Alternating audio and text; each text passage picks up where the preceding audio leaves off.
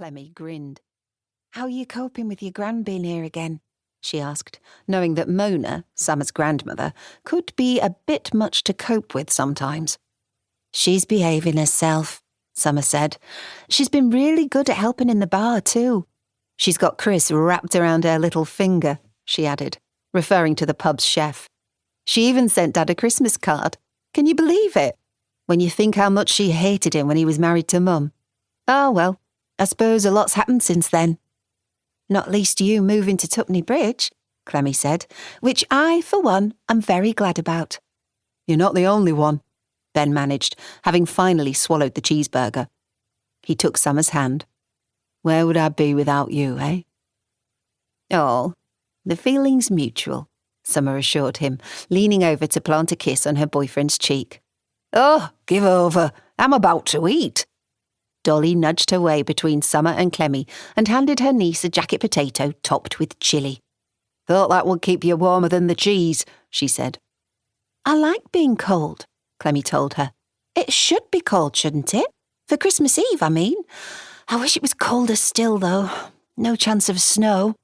"No chance at all, thank God," Dolly said with feeling. "That's the last thing we need." "How can you hate snow?"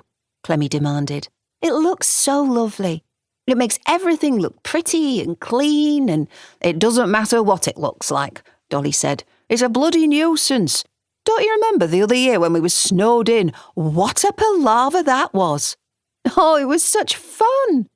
Clemmie beamed at the memory of cosy evenings around the fire and the thrilling feeling of being cut off from the outside world. She'd got through a lot of books that week. In fact, that had been the week she'd tentatively picked up a pen and jotted down the first words of her secret novel, The Marquis Wants a Wife.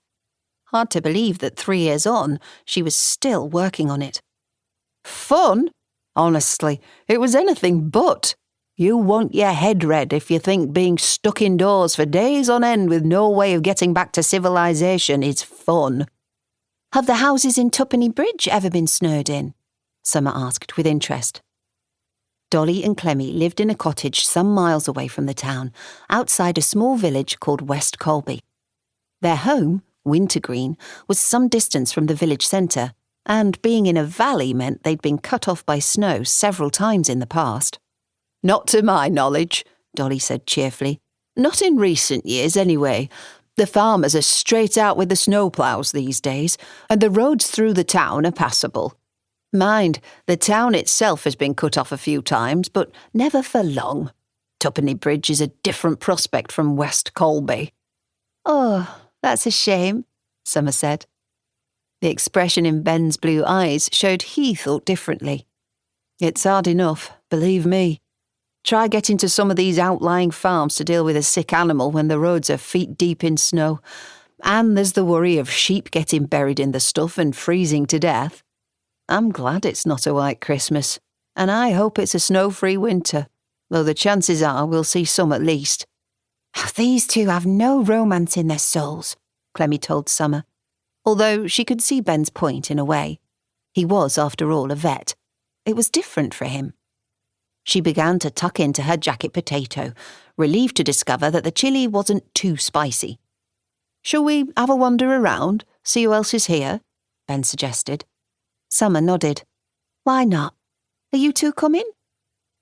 Dolly lifted a long string of fried onion from her hot dog and dipped it enthusiastically into a pool of ketchup.